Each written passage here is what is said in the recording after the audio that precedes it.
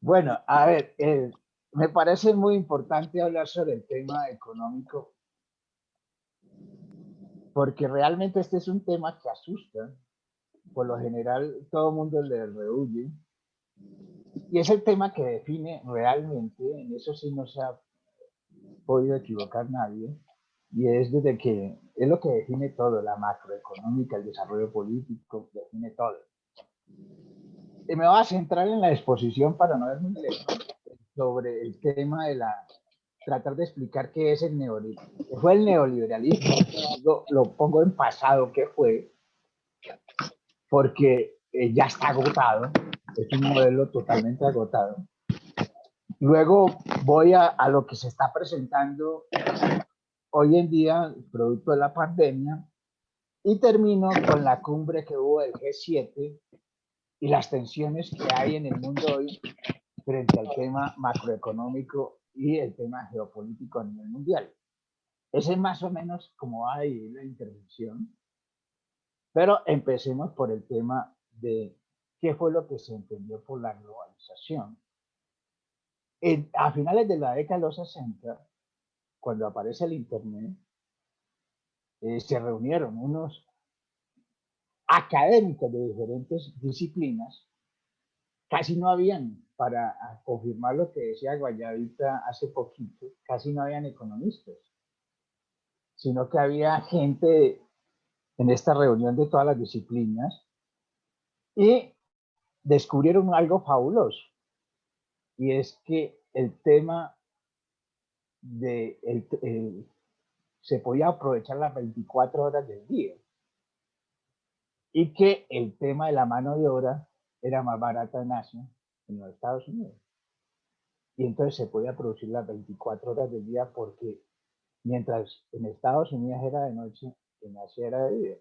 Y simplemente configuraban esta situación para producir más bienes y servicios. ¿Esto qué condujo a este grupo de expertos que se reunió en Washington? Produjo simple y llanamente lanzar un modelo en el mundo macroeconómico.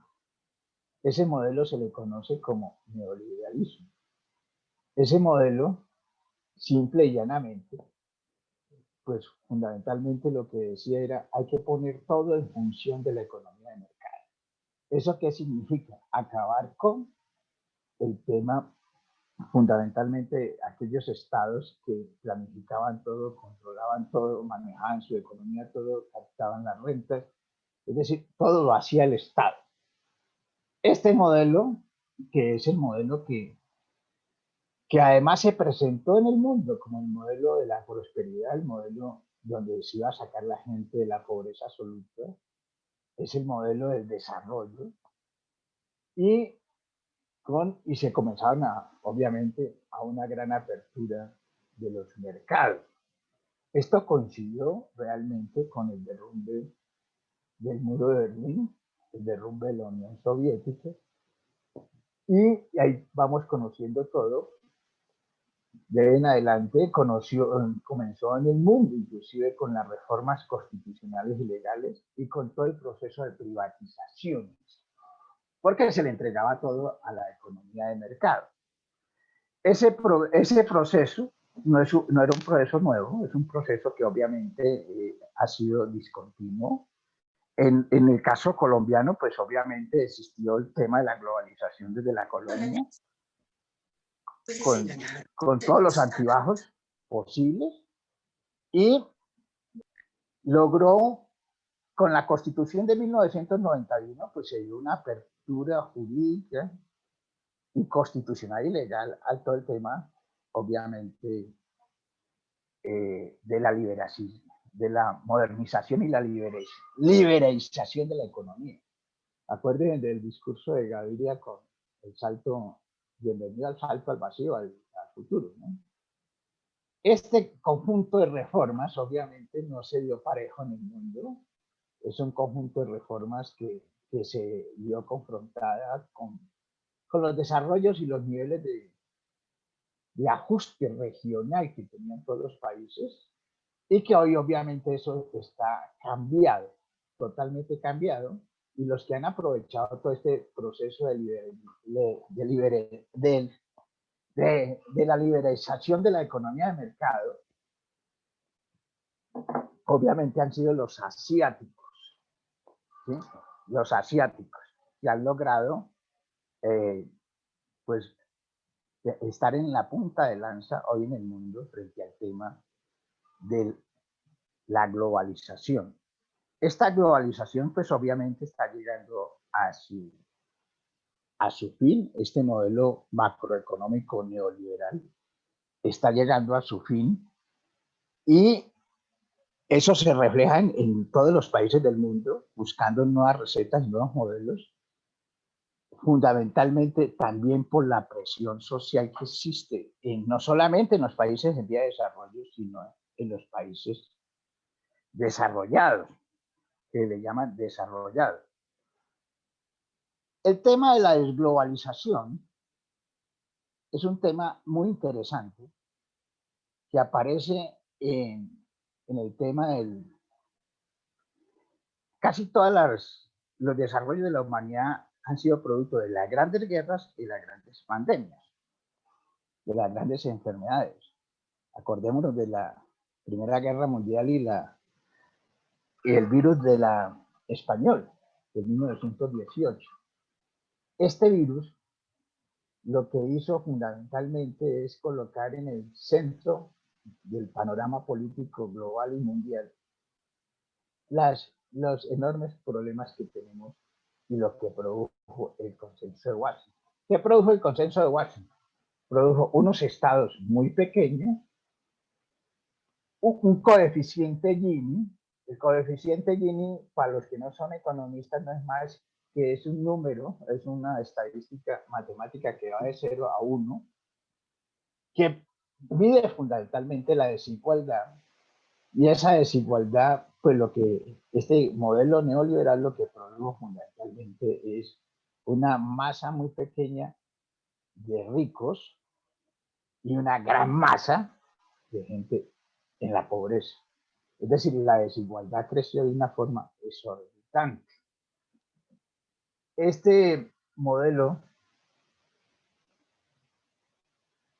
de globalización, pues en algunos, digámoslo, algunas regiones como la Unión Europea, pues tenían más coincidencias, más cosas, y pudieron agruparse.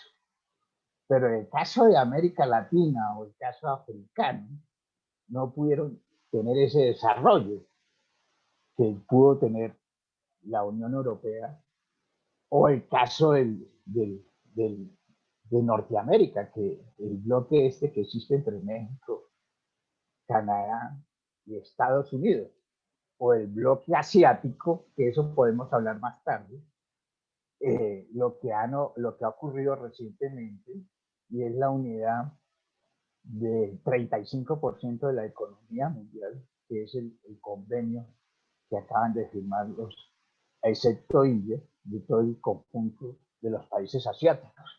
Este es un fenómeno bien interesante porque firma Corea del Sur y firma Japón este convenio asiático. Y lo que es digámoslo así, la cresta de la desglobalización fue el triunfo de Donald Trump en los Estados Unidos, que ganó con un discurso muy sencillo, y es americanos para los americanos, o sea, volver a que las economías vuelven y piensen en sus propios terrenos.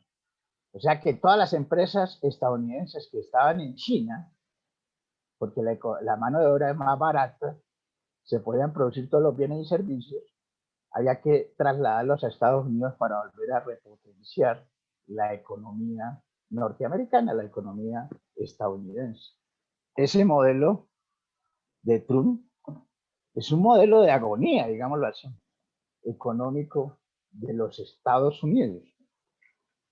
Ese modelo de volver a recogerse y olvidarse, digámoslo así, de todo el tema macroeconómico a nivel mundial y de la globalización, obedece fundamentalmente a todo lo que ha venido sucediendo y a los cambios políticos que están sucediendo en todos los gobiernos en el mundo. No solamente ocurrió esto con Donald Trump, si ustedes observan algunos países en África o en los países asiáticos y en los mismos países de la Unión Europea, donde la gente los ha confundido hoy entre los populismos de derecha o de izquierda, los que están triunfando.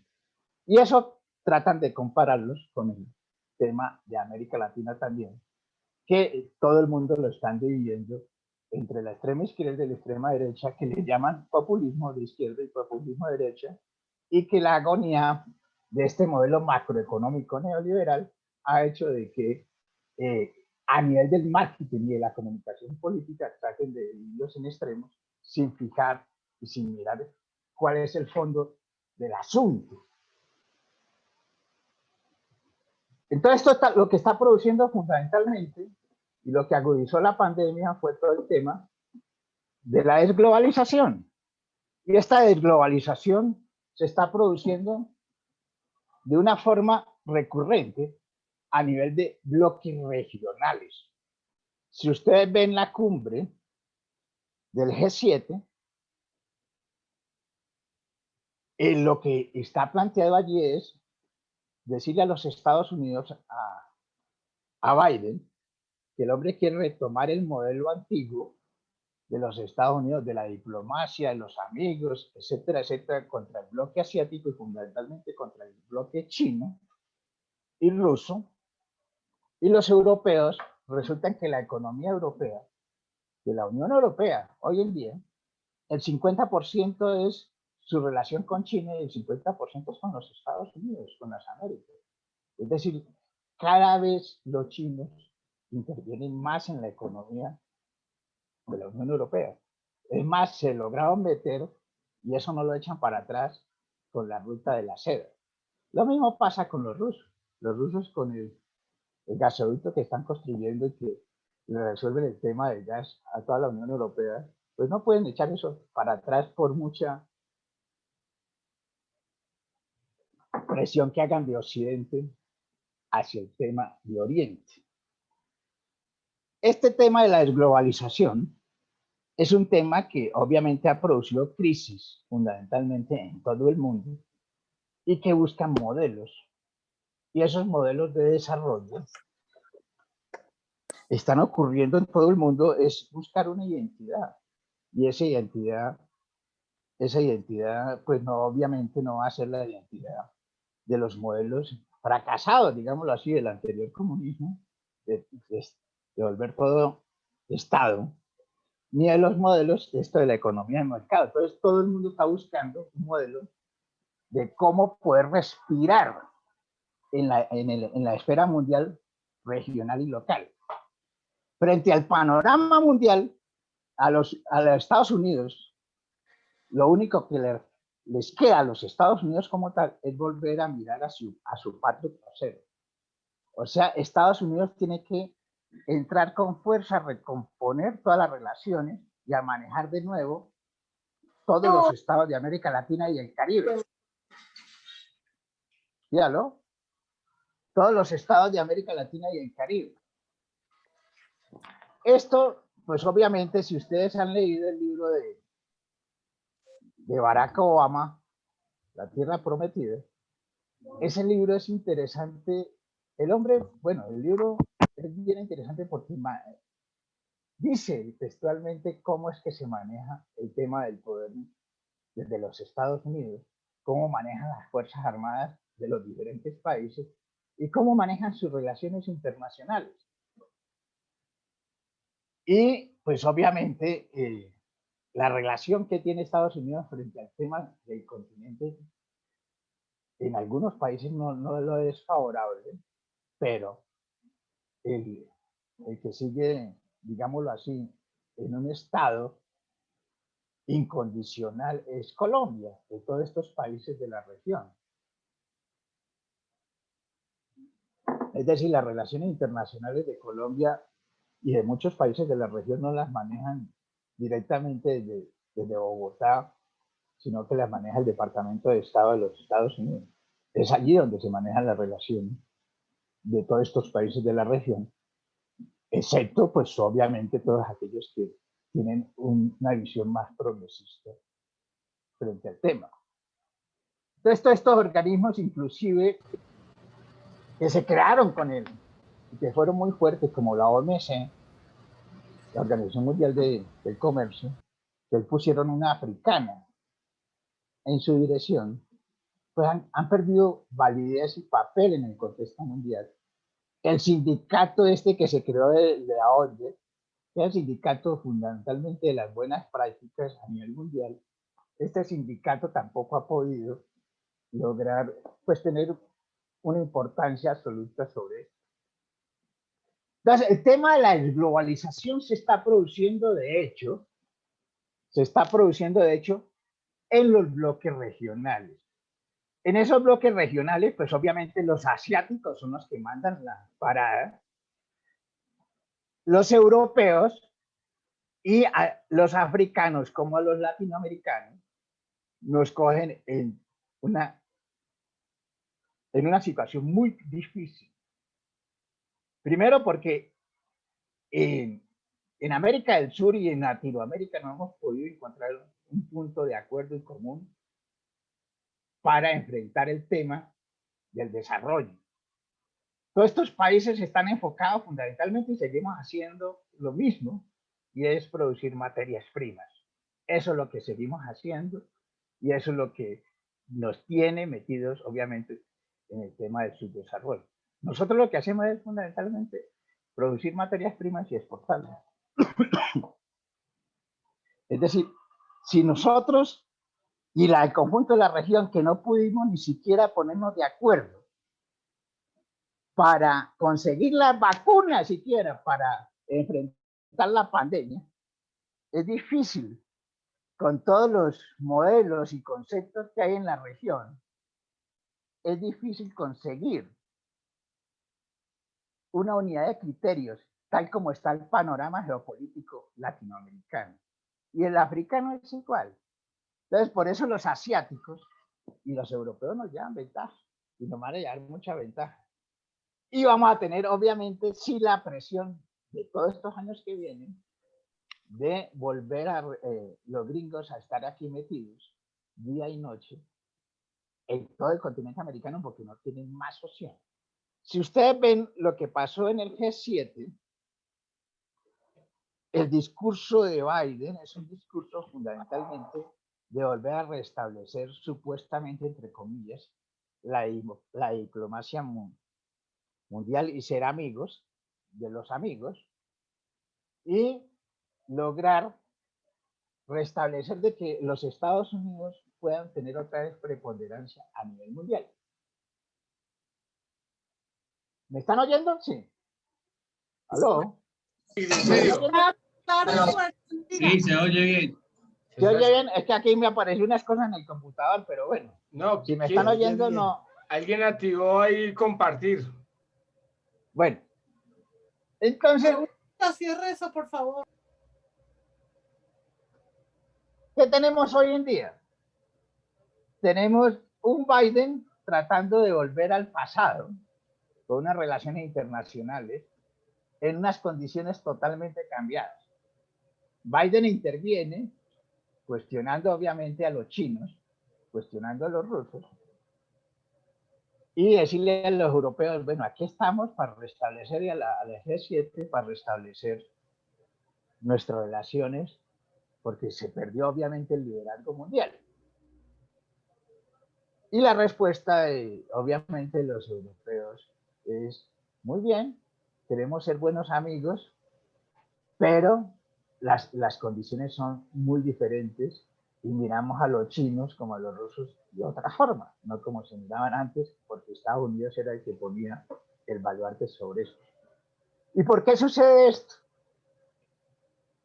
Y lo pone en buen ejemplo el presidente francés, diciéndole, bueno, el tema de incidir en el mundo es con hechos. Y entonces dice, pongámonos de presente de que el tema de las vacunas las tenemos nosotros, los países que podemos conseguirlas. Y los demás Debemos de ofrecer las vacunas, al menos que nos sobran, para todos estos países. Y ahí es donde se cuadra de que Estados Unidos va a invertir 4.000 millones de dólares en el mecanismo COVAX de la OMS. Pero además, Biden trata de decirle a los europeos que va a fortalecer el sistema de la OTAN y le dicen, Angela Merkel le dice, no, resulta que los europeos tenemos que buscar la forma de defendernos nosotros mismos. Pero el tema de la guerra comercial entre Estados Unidos y China, si ustedes la observan, es un tema de la guerra comercial, es un tema simple y llanamente de tecnología y fundamentalmente la tecnología 5G, que es la tecnología que le cogió ventaja a los chinos a todo el mundo. Esta tecnología, pues obviamente le ha producido a los chinos grandes beneficios. Beneficios en seguridad, por ejemplo, una persona que un delincuente lo capturan en China, dura 3 minutos para capturarlo con esta tecnología 5G. Con la tecnología 5G, inclusive le van a ganar el liderazgo a los Estados Unidos frente al tema del cambio climático. Yo creo que es la única parte que los Estados Unidos pueden recuperar el liderazgo mundial con Biden, y es frente al tema del cambio climático. Porque además lo está planteando de una forma sincera. Yo creo que Kerry es un tipo convencido de eso y está planteando lo que hay que volver al Acuerdo de París y además que el Acuerdo de París es insuficiente y todos los científicos se dan cuenta que todos los acuerdos que se hicieron al 2050 ya estamos destrozados, que hay que adelantar 10 años más, una década más, al 2040. Y las consecuencias ya las estamos viendo. Hay un mapa de riesgo climático que lo sacan los científicos de unas organizaciones donde los países más vulnerables es Estados Unidos frente al tema del cambio climático. Pero la guerra comercial es una guerra fundamentalmente de orden tecnológico entre los chinos y los estadounidenses. ¿Esto qué quiere decir frente a esto? Porque hay otro tema que está de presente, que es la vida a Marte. Resulta que si ustedes se observan, cuando el peso dejó de figurar como peso oro, si ustedes se acuerdan, todos ustedes son viejos, antes un peso decía peso oro. Hoy la moneda en todo el mundo se hace sobre fideicomiso, o sea que es una moneda falsa. Se hace sobre la certeza de que la gente es una transacción de confianza. Aquí, por ejemplo, en las economías en el mundo, que es una vaina de esperanza y de confianza. Resulta que este tema del fideicomiso está con el tema de la globalización y la desglobalización vuelve a tener recurrencia, obviamente, la moneda oro. O sea, el país va a emitir moneda de acuerdo a la cantidad de soporte que tenga. Hoy, por ejemplo, la moneda china es la más fuerte del mundo, la yuan. Y la economía, la del dólar, este año se va a depreciar casi al 30% en el mundo, pues obviamente por todo lo que tuvieron que hacer con la pandemia, que lo han hecho todos los países del mundo, y en Colombia se ha hecho, que es toda la teoría keynesiana de que el Estado gaste en tiempos de crisis. Aquí él estaba gastado, pero al lado de los bancos. En los otros países han invertido, Japón invirtió el 20% de su Producto Interno Bruto en el gasto para enfrentar el tema de la pandemia. Aquí, pues obviamente se ha dilapidado el dinero en función de la banca. Es la gran diferencia que tenemos nosotros frente al tema de los Estados Unidos y otros países, y los mismos europeos, que lograron, pero eso es toda la teoría keynesiana, que no nos vamos a meter en eso. Pero lo que le quería decir fundamentalmente, leyendo un documento del Banco de América, todo el tema que se está haciendo de la exploración a Marte y los meteoritos es porque han descubierto los científicos que allí existe oro. Y entonces la pelea espacial va a ser por oro. Porque las monedas en el mundo, ya el cuento del petróleo, debido al cambio climático y a todas las energías renovables, El tema de ligar el dólar al petróleo, ese tema tiene sus días contados. Y la hegemonía del dólar a nivel mundial tiene sus días contados.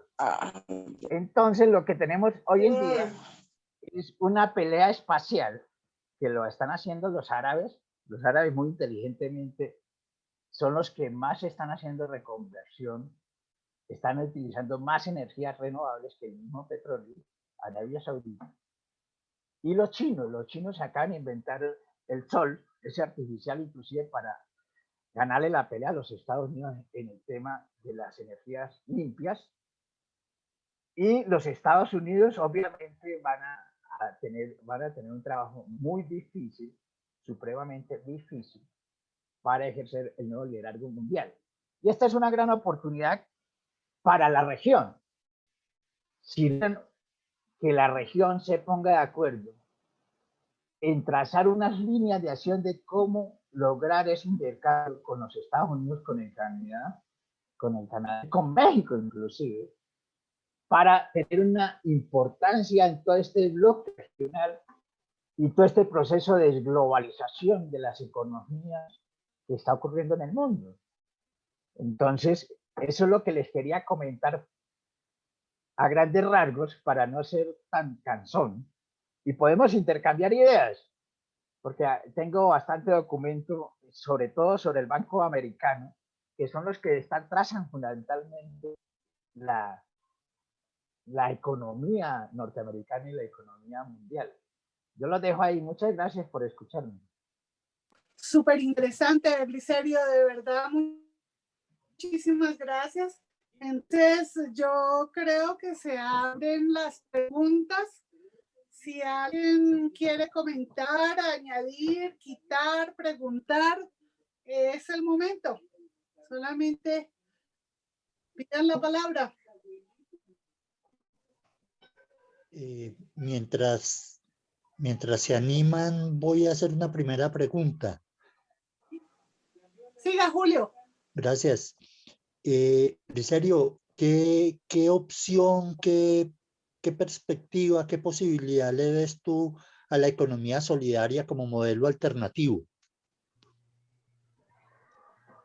Sí, las opciones son las siguientes.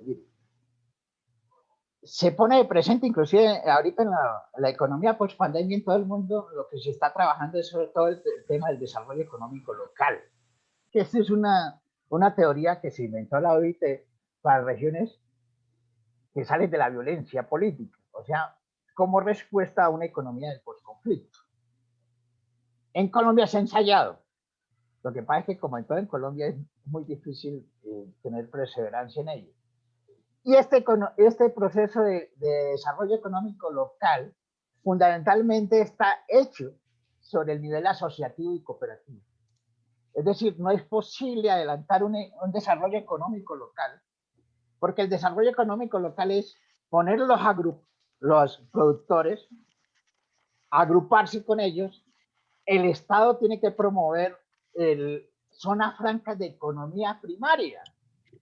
Los chinos sacaron 800 millones de gente de la pobreza absoluta, no haciendo las zonas francas que hacen en Colombia los hijos de Uribe y rebajándole todos los impuestos, sino son zonas francas de la economía local, de la economía primaria, o sea, el sector productivo, de la gente que produce riqueza, que es el trabajo. Eso es lo que se hace en el desarrollo económico local. Y esto lo están poniendo en práctica no solamente los países en desarrollo, sino los países desarrollados. Si usted encuentra en estos momentos en Alemania, que supuestamente es un país desarrollado, usted encuentra niveles de pobreza altos y solamente están saliendo. Con esto es intermediando y desarrollando la economía local. O sea que esto es un proceso cultural donde uno pone lo local como el esfuerzo de lo mejor antes de pensar en lo de afuera. ¿Qué son las zonas francas del sector primario? Por ejemplo, ponemos un ejemplo. Si usted sale aquí a La Bella, la gente ahí sale a la carretera, le vende un punto de mandarinas por 2.000 pesos o de naranja. Estas zonas francas que construyeron los chinos, es una cosa mágica, es coger al campesino, agruparlo y producir todo el valor agregado que sacaban jugos, sacaban de todo. Le ponen centro de desarrollo y además les ponen universidades a estas zonas de desarrollo, a las zonas francas del sector primario de economía. Esto en Colombia es muy complicado. Pero todo en economía, pregúntale a Guayabita, todo en economía está dicho. Él es economista y doctor en economía. Griserio, ¿qué influencia tiene? Bueno, la economía de todas maneras se afecta en los países desarrollados, tanto los desarrollados como los subdesarrollados como nosotros, por la migración que hay de países pobres. En Europa es por los países africanos y China. Colombia ahorita tenemos Venezuela y otros países, otros migrantes que han llegado, inmigrantes. Entonces, ¿cómo afecta? O sea, dentro de toda la economía, yo no tengo ni idea de economía, pero pienso que eso tiene que afectar y tiene que ser un margen muy grande en la economía de la afectación por la migración. Uno lo ve así, pero es lo contrario. Estados Unidos es Estados Unidos grande, porque Estados Unidos, la gente de Estados Unidos que nació ahí son poquitos. Estados Unidos es grande por los migrantes. De todo sí, el pero mundo. fíjese el problema, por ejemplo, de París, de Francia. El problema es gravísimo. La migración se produce. Francia fue el mayor colonizador de toda África. Y salieron de África expulsados, pero dejaron esos territorios vueltos nada. ¿Sí? Lo mismo le pasa a Europa. Europa, en vez de invertir en esos países para detener la migración, le pasa lo de, no hablemos de África y de otros países. Miremos el caso colombiano. El caso colombiano es muy sencillo. El gobierno colombiano se metió en la idea de tumbar a Maduro, como fuera. Organizaron el Grupo de Lima, trazado por los Estados Unidos, etcétera, etcétera, y bloquearon la economía venezolana. Los precios del petróleo cayeron, una economía que vive fundamentalmente del petróleo. La gente se puso a aguantar hambre, la economía se fue al piso y la gente tiene que salir a comer, a rebuscarse. ¿Cuál es el país que más próximo tenemos? Que es Colombia. Entonces se vienen los migrantes a Colombia. ¿Sí? En Colombia, si el gobierno fuera otro, pues obviamente les salía más barato mandarle comida, inclusive gratis a los venezolanos para sostenerlos allá, que eso, traer la migración para acá. La migración es producto, obviamente, del bloqueo. Si ustedes miran el informe que hizo esa señora de Naciones Unidas, dice toda la barbaridad que ha producido el bloqueo a Venezuela, los casos de hambre, la miseria y todo lo que lleva a ese pueblo, por una terquedad de confrontar a un tipo allí que está ahí gobernando y que él no se va a dejar sacar a codazos. Eso es simplemente el caso de Venezuela. Entonces, a Colombia le sale más barato mandar alimentos, pero ya como se establece el tema de la migración y ya es un hecho en Colombia, ¿sabe qué va a producir eso en Colombia? Sube el Producto Interno Bruto en 2%, en el caso colombiano. Usted va a tener más mano de obra, va a tener mucho más gente, va a tener más consumidores, porque estas economías que son de bienes y servicios van a tener más consumidores, entonces la gente va a gastar más. ¿Cuál es el problema de Colombia? Que si nosotros hiciéramos lo que hicieron los japoneses, que metieron el 20% de lo del Producto Interno Bruto a que circule en el mercado, pues simplemente Colombia debió haber metido todo ese billete que le dieron a los bancos a la población para que tenga capacidad de gasto. Porque estas economías, mire el caso brasilero cuando estuvo Lula en el Brasil, a la gente que estaba en la pobreza crítica, en la pobreza absoluta, les llegaba a 70 reales mensuales, sin nada de costo e intermediación financiera. Eso lo que hizo fue mover la economía brasileña. Porque estas economías, ¿qué están haciendo los gringos ahorita con el paquete de los 3 trillones de dólares que van a dar a la gente en la calle? Simplemente es para mover que la gente tenga capacidad de consumo. Así es que se mueven estas economías. Y el caso colombiano, pues obviamente la plata no se la dan a los pobres, sino que la dan a los bancos. Eso es todo lo que pasamos, lo que tenemos nosotros. Por eso le tienen miedo al caso colombiano. El caso de Petro es un caso que le van a tener miedo y le van a seguir teniendo miedo, porque Petro tiene muy claro este fenómeno. No es un problema de derecha, izquierda o de centro. Es un problema de cómo afectar el sistema financiero en Colombia y cómo sostener ese statu quo. Así de sencillo.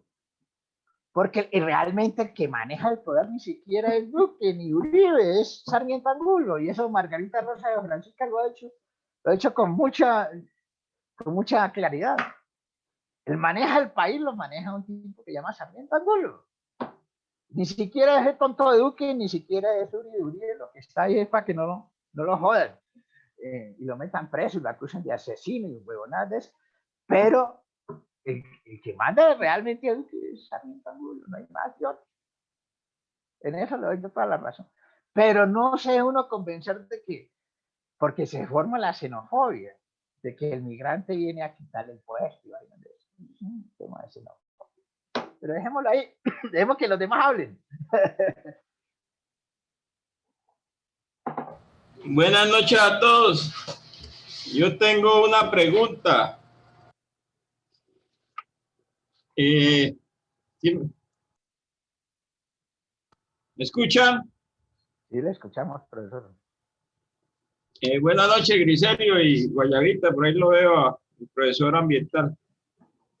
¿Qué papel juega? Buenas noches. ¿Sí me escuchan? ¿Qué papel juega el coin en este escenario que pintó el compañero Griselio? ¿Ya? Es una situación pues que yo no me da vergüenza decirles que no le he podido entender. ¿Qué es eso? ¿De dónde sale? ¿Para dónde va? ¿Cómo afecta a la economía mundial? Y cuál fue como el origen de eso, ¿no? Porque pues uno anteriormente oía que el origen del control o la alternativa frente al dólar era el oro y que iba a ser que era el petróleo y que el oro y que todo eso. Y ahora sale un fenómeno bastante extraño que llama esa moneda coin. Eso, otros dicen que eso es virtual, que eso no es una realidad. Entonces, pues, sería bueno que Griselio o por lo menos a mí, me intentara como resolverme esa gran dificultad que tengo en mi entendimiento. Gracias.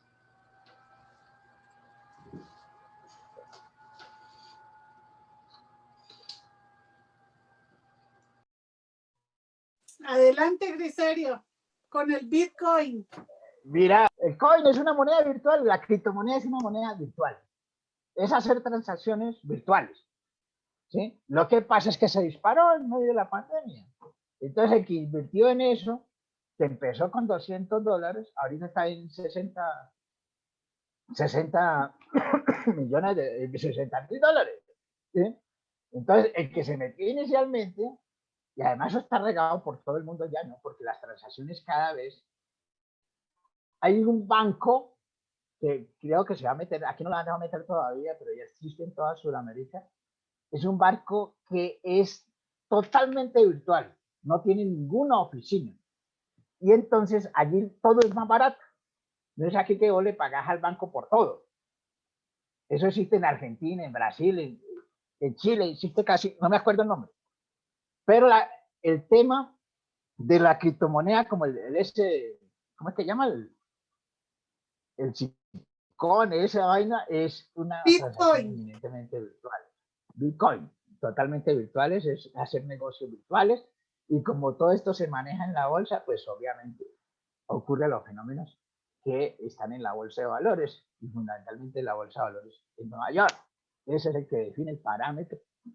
Es interesante que ustedes le pongan cuidado a la noticia y entenderla bien, que salió en estos días de que una cadena de juegos, una venta de juegos de video, cómo intervino en la bolsa y logró asustar a todo este paquete de accionistas de la Bolsa de Valores de Nueva York. La otra pregunta que hace es frente al oro. ¿Por qué las monedas en el mundo desaparece como sus reservas en oro que tenían? Así sacaban su moneda en los países. Por eso usted que tiene sus añitos, Guillermo, acuérdese que la moneda, el peso que usted tenía, decía peso oro. Resulta que los gringos, muy inteligentemente, se fueron a Arabia Saudita y lograron que todos los negocios del petróleo en el mundo se hicieran con referencia al dólar.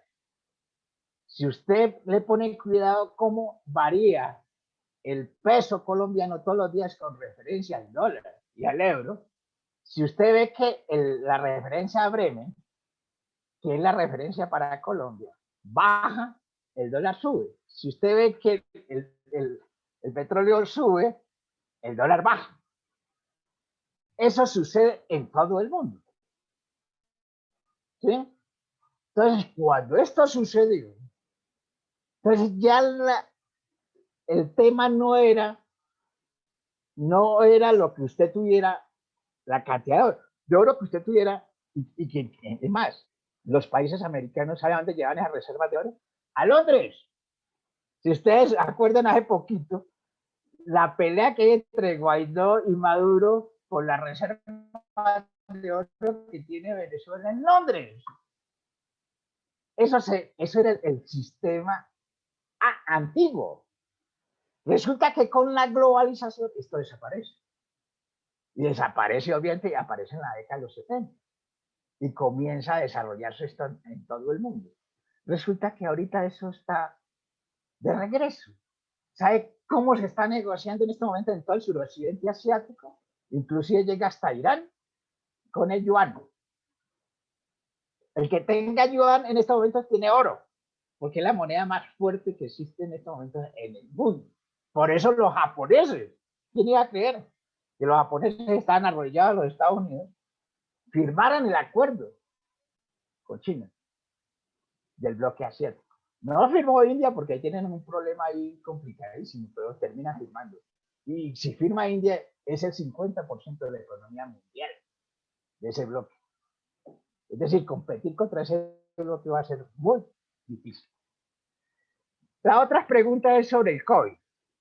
El COVID, la OMS, los científicos que estuvieron en Wuhan, decidieron comunicar que el virus no salió de un laboratorio, que era lo que han difundido los gringos en todo el mundo, que el virus se lo habían creado los chinos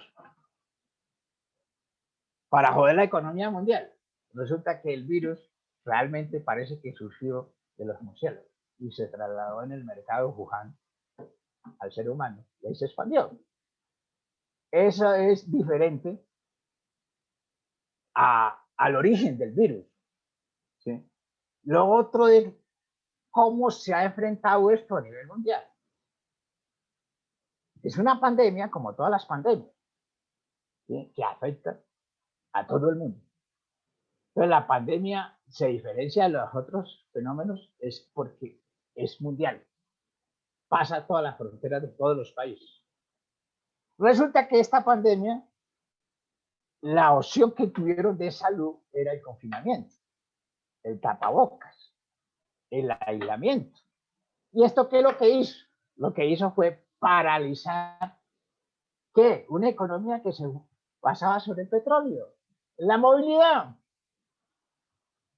en los recursos energéticos, que cambia totalmente la dinámica mundial.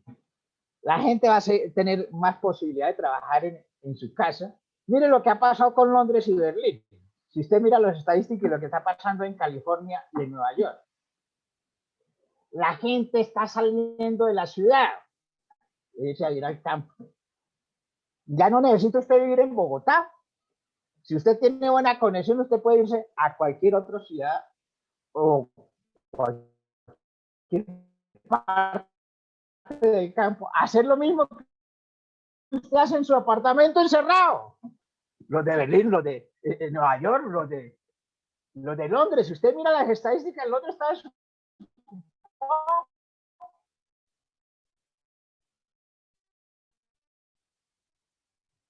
desocupado. Plantea es cómo enfrentar desde el punto de vista ya económico la pandemia de los países. Cada país ha enfrentado la pandemia de una forma diferente. Pero en general, aquellos países que son decentes, como la Unión Europea, pues, o los japoneses, los chinos que son los chinos, imagínense que los chinos en media pandemia pudieron crecer en el 2020 7%, mientras todos los países decrecieron el 8, el 10. China creció el 6-7% el año pasado, porque pues obviamente controlaron la pandemia ya, pudieron controlarla ya. Estos países, como los nuestros, pues obviamente toman las medidas que no son. ¿Cuáles son las medidas que hay que tomar? Pues obviamente, Guayabita, que es economista, no hay que leerse a Keynes. En estos países, Keynes es el único que le da la Fórmula 1. Cuando hay esta crisis, el Estado tiene que meterse la mano al bolsillo, endeudarse y gastar para que la gente consuma. Dale plata a la gente. Eso es lo que están haciendo los gringos, es lo que hicieron todos los países del mundo. Y aquí sí se gastaron la plata, pero lo dieron a los bancos. Yo no sé si le quedó respuesta de las 200 preguntas que hizo Guillermo Vanguero.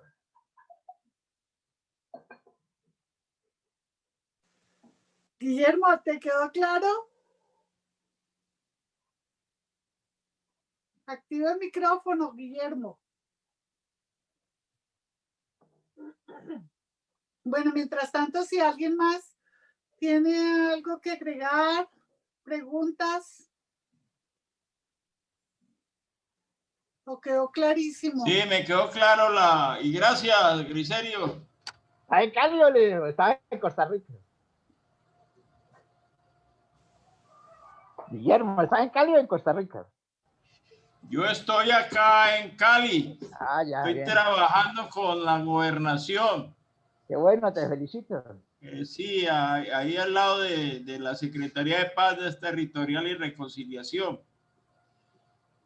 La está liderando Orlando, ¿no? Orlando Riascos, y creo que sí. Estamos haciendo un buen trabajo. Él ha logrado estructurar un buen equipo y estamos ahí con dificultades, desde luego, porque una secretaría nueva y es como la cenicienta de la gobernación, sin pretenderlo él, pero realmente necesitamos de mucho esfuerzo y de mucha colaboración de ustedes, porque esto es un esfuerzo conjunto, ¿no? Yo creo que una de las principales tareas nacionales ahora es trabajarla por la paz. Ese debe ser un propósito nacional, la paz, porque esto se nos está, como el agua, ¿no? Se nos está saliendo entre los dedos y el gobierno de Duque pues no tiene ningún interés en fortalecer todo este proceso, y lo real es que esto puede traer consecuencias, pues no sé de qué tipo, pero puede ser muy negativo, ¿no? Para el escenario internacional, por ejemplo, nacional de Colombia, y para la misma situación nuestra.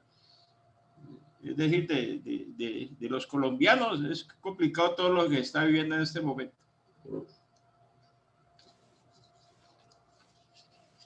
Guayabita, ¿tienes algo que decir? Sí, claro, pues ante todo es felicitar a Griserio, muy buena su exposición, muchas gracias. Dejó en punta todos los puntos pertinentes, pues él fue un bosquejo general, nos mostró todo el escenario y ya tocaría desarrollar pues cada uno de estos puntos. Si no se desarrolla, pues es por razones pues de tiempo, así se ve, pero me parece muy buena exposición, Griserio, felicitarlo, muchas gracias y bueno, ahí quedamos. La verdad, pues, ¿qué tendré yo que decir si todo lo que dijo Griserio es cierto. Otras cosas que yo hubiera dicho, no, que eso no es así, oh, que... no, está muy bien.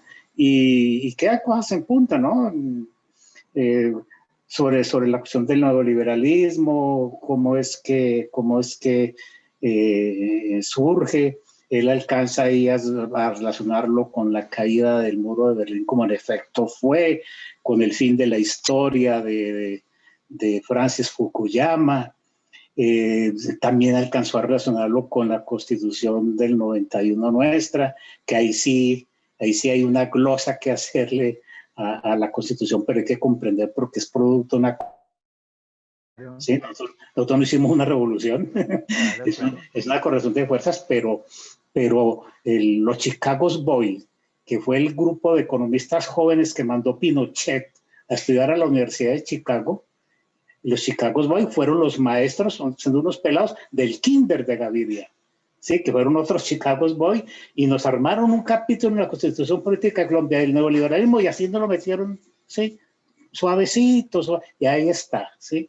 Y ahí está, que la única manera de desmontarlo es presentando el Estatuto del Trabajo, porque ese capítulo es todo un estatuto del capital. Necesitamos el Estatuto del Trabajo, pero no ha habido. Yo he hecho esa propuesta y la he hecho, y no paran bolas, pero en cualquier momento habrá que hacerlo. Es porque le falta a la Constitución Política el Estatuto del Trabajo, por lo menos para compensar ese título 12 de la Constitución, que es todo el neoliberalismo tal cual. También relacionó con la geopolítica, esto se marca entre la geopolítica con el papel de la emisión del dinero, con todo lo dejó en punta, muy bien, en serio, ya sería de coger cada temita y desarrollarlo más, que yo sé que usted lo tiene, sino que por efectos de esta exposición y las limitaciones que hay, pues por lo menos nos dio el bosquejo general, entonces lo veo muy bien. Muchas gracias. Gracias, hombre, Guayabita. Pues sí, Briserio, cuando empezamos a hablar, antes de comenzar la charla, yo me estaba comentando que de pronto la gente no entendería el lenguaje o algo, pero a mí me pareció muy a la altura de todos, una exposición brillante, de verdad, muchísimas gracias por habernos ilustrado tan brillantemente. Y creo que Hipólito está pidiendo la palabra así, mejor dicho, me empuja. A gritos. Entonces, Hipólito tiene la palabra y después creo que Javier también la está pidiendo, entonces Hipólito y después Javier. Gracias. Es que no entendí nada, a ver si vuelve a repetir la conferencia, Briserio.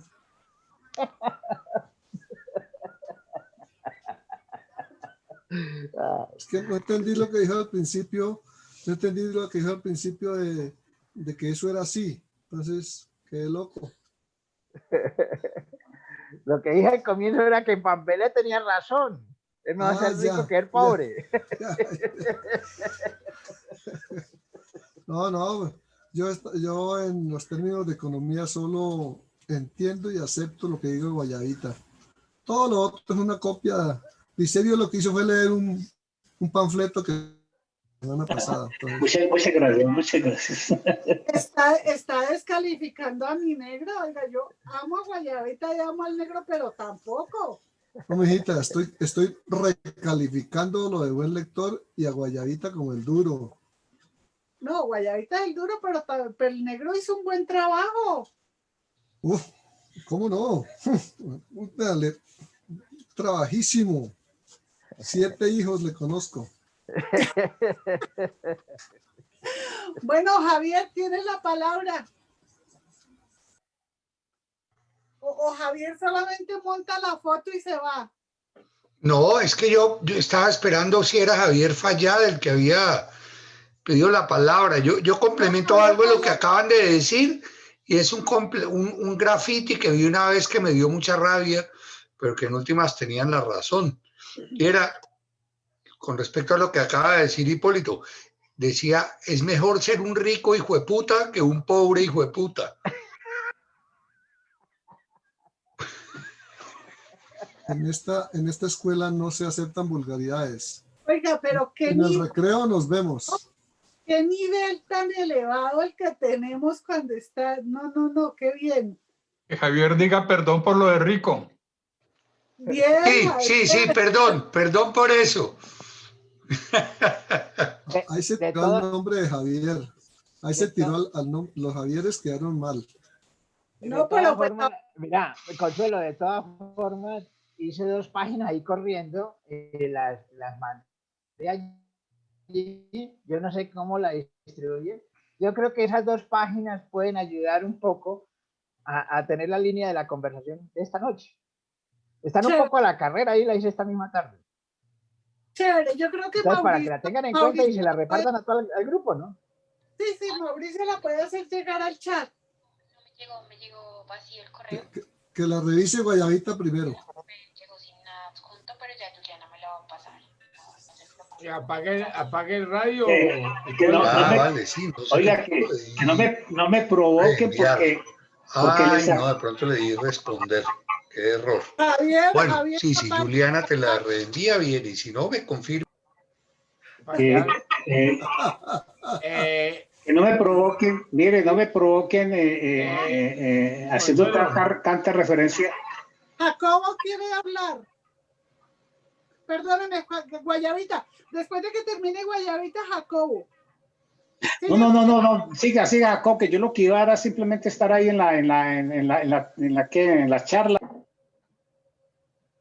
No, pues yo tenía una pregunta porque pues me pareció muy chévere la explicación, lo ubica uno pues en todas esas peleas, digamos que se dan por esos grandes bloques, pero digo, ya tratando de aterrizarlo como a la cotidianidad, al tema de lo cotidiano, ¿sí? Aquí en Cali uno, los compañeros de uno, las compañeras, entonces, en términos de economía, ¿hacia dónde empujar las alternativas? ¿Sí? Si hay alternativas desde todo el tema de la economía solidaria, aunque aquí en Colombia eso es una mano de requisitos y está como para que usted no se meta, ¿sí? Es mucho más fácil sacar una SAS que sacar una cooperativa. Por ejemplo, desestimulado totalmente ese sector. Pero también está ahora todo ese cuento del emprendurismo, Emprendimiento. Sí, pues que todos somos emprendedores y que pues, si usted está llevado es porque le da la gana, porque si no monte sus SAS, haga negocios con la economía naranja y todo eso. Y yo veo que hay muchos compañeros metidos tratando por diferentes lados, que antes era el rebusque, ahorita le dicen, no, tengo un emprendimiento, pero es la misma vaina. Entonces era como tratar de no sé si es una pregunta concreta, es como si se pudiera aterrizar un poco. Pues yo entiendo como que todas esas cosas condicionan el día a día, pero la alternativa hacia dónde va, porque si uno espera que eso cambie por allá arriba y desde acá abajo es como ver los toros desde la barrera, ¿no? No hay como nada que hacer, sino que algún día cambie lo de allá arriba o apostarle todo hacia la lucha política para que cambie el gobierno y desde ahí, desde ese gobierno tome otras decisiones y todo ese panorama complejo con las aseguradoras, las agencias esas de riesgo que también eso impactan después a la economía, o sea, es un tema, digamos que se ve como distante el tema de la alternativa o hacia dónde empujar. Esa era como mi intervención, gracias. Bueno, le voy a dar una mala noticia. La reforma tributaria que viene por el lado del gobierno, ahorita en marzo, van a acabar de agravar las cooperativas y el sector de las entidades sin ánimo de lucro. Van a agravarlas todas. O sea que la posibilidad de moverse en ese campo va a ser más difícil. Pero frente a su pregunta, si usted observa hacia dónde se dirige el mundo, al 2040, si usted entiende esa parte, todo el esfuerzo va a ser encaminado hacia el tema del cambio climático. Todo lo que tenga que ver con energías renovables, energías amigables y todo el ejercicio que se haga productivo. De aquí en adelante tiene que ser sobre la base de producir menos gases de efecto invernadero.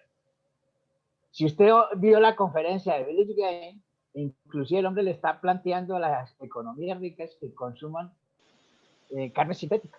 Ustedes saben que el ganado es uno de los grandes promotores de gases de efecto invernadero. Entonces, lo que están esa conferencia de Bilderberg es bien interesante, porque el hombre es más apocalíptico de lo que puede ser uno frente al tema del cambio climático. Entonces, si usted se va a hacer cualquier emprendimiento, trabájelo en esos dos ejes. Tema del cambio climático, que así se van a mover todas las economías a nivel mundial. Europa se está moviendo ya sobre eso, y Estados Unidos, China, Rusia se está moviendo en eso. Y el otro elemento es sobre el tema del desarrollo informático, sobre el desarrollo del saber, digámoslo así. Son los temas fundamentales que se van a mover. Frente a eso usted puede amarrarle el tema del desarrollo económico local, puede amarrarle muchas otras cosas, pero si usted se enfoca cualquier perspectiva, digámoslo así, cualquier proyecto económico de vida que uno vaya a emprender, debe tener en cuenta esas variables. Cambio climático, todos los proyectos que tengan que ver con el tema del cambio climático y el tema del desarrollo económico local. Mire, le voy a poner un ejemplo para que lo entendamos mejor. Debido a la pandemia, el cannabis medicinal coge la fuerza del mundo. Naciones Unidas le quita la satanización que tenía la marihuana. Y resulta que ahorita se están vendiendo todos los productos hechos de los cannabinoides. Y resulta que ahorita la marihuana, y sobre todo el CBD, que resuelve las enfermedades totales del cuerpo humano, resulta que ahorita se están haciendo. Y Colombia aprueba una legislación para las multinacionales. Si usted mira el tema del cannabis en Ecuador, en Argentina, Uruguay, ahorita en México, todo el producto mexicano se van a mover en torno al tema del cannabis. Entonces, pongámosle mucho cuidado a eso, porque ahí se puede generar muchas formas de industria y de consumo, ¿sí? La marihuana tiene alrededor de 73 cannabinoides y tiene 253 sustancias, pero de esa una sola, que es el THC, que es la que traba. Esa es la que traba. Y resulta que en el valle, yo cuando me metí ahí en Buga, en los potreros había una cosa que le llamaban cáñamo, y con eso alimentaban el ganado. Y resulta que el cáñamo es 40% casi todos los males. Y eso es silvestre en Colombia. Entonces, póngale cuidado a estos elementos, porque todo el tema ambiental va a ser fundamental de aquí en adelante. Así tengamos unos bárbaros de gobierno, unos bárbaros en el gobierno, como el tema del muchachito que hay en el gobierno, el tema ambiental va a ser una agenda recurrente. Y los gringos, como le obedecemos tanto a los gringos pusieron eso en la agenda mundial como seguridad nacional. Y eso es importante para nosotros, porque el acuerdo que podemos hacer con los gringos es un tema, obviamente, por la protección del ambiente. Eso es lo que más podemos llegar con los gringos, realmente. Ok. Yo no hay que barre. Guayabita quiere decir algo. Sí, para la pregunta del compañero, que cuál es el modelo alternativo, yo hago una invitación para que... Aló, ¿cómo se escucha? Está un poquito conejo. A ver, no sé qué tengo problemas de sonido. No, decía que para la pregunta de qué modelo alternativo, decía que hacía una invitación a todo el grupo para que empecemos a consultar y a informarnos y a formarnos sobre la propuesta alternativa como modelo global, que es la del decrecimiento. Decrecimiento. Griserio pues habla de que el cambio climático, que todo va a girar, pero yo creo que por encima de eso hay una narrativa más general ya de modelo como tal, que es el decreciente, porque es que el cambio climático, hace rato nos montaron ya la conversión. En el 2014, la familia Rockefeller anunció que le iba a poner el desacelerador a la Standard Oil y se iba a meter con todo por las energías alternativas. En estos momentos las energías alternativas ya son monopolio de la plutocracia financiera mundial. Ya llegamos tarde porque una cosa es digamos, el discurso, la carreta que nos gusta, pero el negocio de las energías alternativas ya están controlados, ¿sí? Y mire que el G7, o sea, que más que todo era el foro de Davos, que estaba programado institucionalmente que esté en enero de todos los años, lo aplazaron para junio.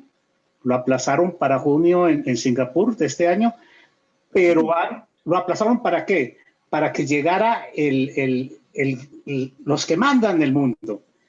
Antes del G7 se reunió en el Vaticano, se reunió los Rothschild y los Rockefeller, para solo hablar de dos, ¿sí? También los DuPont, todos los que controlan la Reserva Federal, ¿sí? Que es una cosa privada, una familia, se reunieron en el Vaticano, hicieron la propuesta del capitalismo inclusivo y la bandera central de ellos ya es las energías alternativas, porque ya las tienen, ¿sí? Con una paradoja. Donde más están desarrolladas las energías alternativas es en Texas, Consuelo, que estás ahí en Estados Unidos. ¿Y qué es lo que está pasando hoy con las energías alternativas? Que las están pasando al tablero por el gran fracaso que están teniendo, que no resistieron las grandes nevadas que se están dando ahí en el sur de los Estados Unidos, en ese cinturón pues, de Texas y los otros países. Resulta que con estos grandes fríos, el gas se volvió líquido, o en otras partes se congeló, se volvió cristal. La energía eólica, todas esas aspas que la mueven, todo eso colapsó, no aguantó los grandes fríos y esa infraestructura acaba de perderse, de destruirse, ¿sí? Y entonces todo el mundo preguntando, no, entonces el carbón, el petróleo, no, pero es que ya eso lo estamos desmontando. Y la gente empezó a quemar los muebles de sus casas en Texas para tener calor, ante la imposibilidad de tener calor por las vías anteriores a las energías alternativas. Entonces todo tiene de largo, todo tiene de ancho, pero la propuesta es el decrecimiento.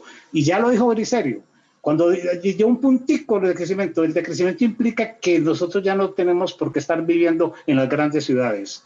Hay un retorno a los pequeños poblados, hay un retorno al campo, porque mientras estemos conectados, da lo mismo que yo esté hablando desde el penthouse, desde la Quinta Avenida de Nueva York, o desde la veredita más remota donde no va nadie, ni entra nadie, pero me entra la internet y me comunico con todos, y si es del caso, le hago el teletrabajo y soy productivo también.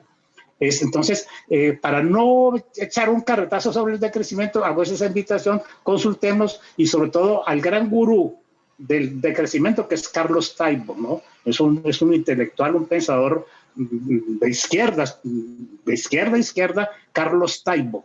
Y entonces, después en cualquier momento hacemos una charla para que nos encarretemos con lo del decrecimiento. Era eso. Gracias, Guayabita. Bueno, en vista de que no hay más intervenciones, simplemente damos un agradecimiento nuevamente al Griserio, a nuestro querido Griserio, de verdad, un aplauso. Y el Guayabita también por el aporte que nos hizo, los aportes.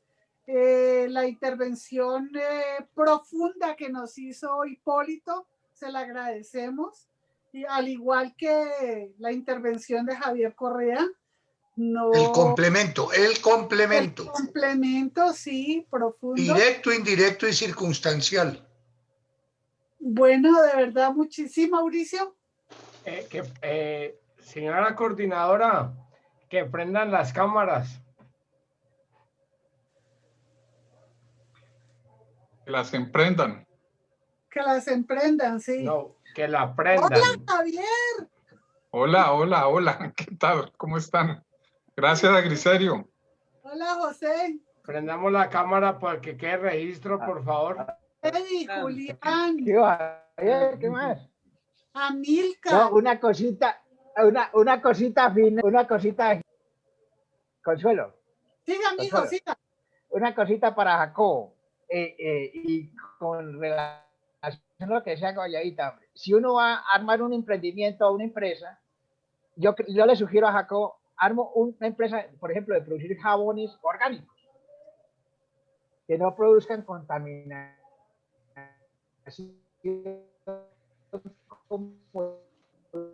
Se está cortando, Griserio.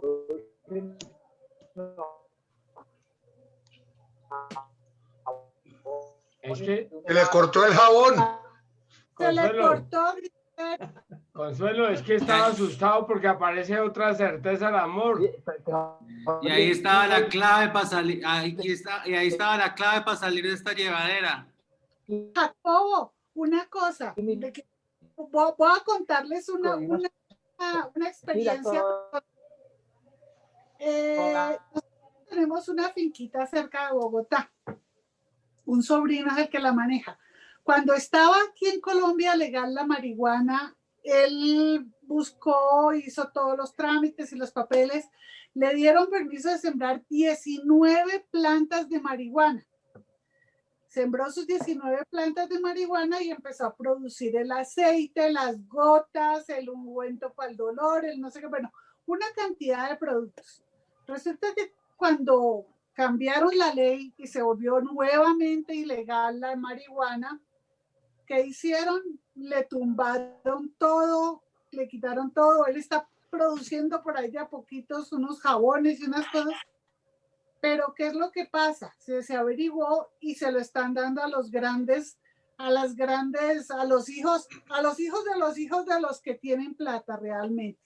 Porque eso es el negocio, así de que no vale la pena invertirlo. No, pues yo comentaba ahí ahorita, yo estuve haciendo un remedio a base de marihuana, un remedio contra el cáncer, contra la artritis, o sea, es una berraquera. Y lo que averiguamos es que exigen 3 permisos.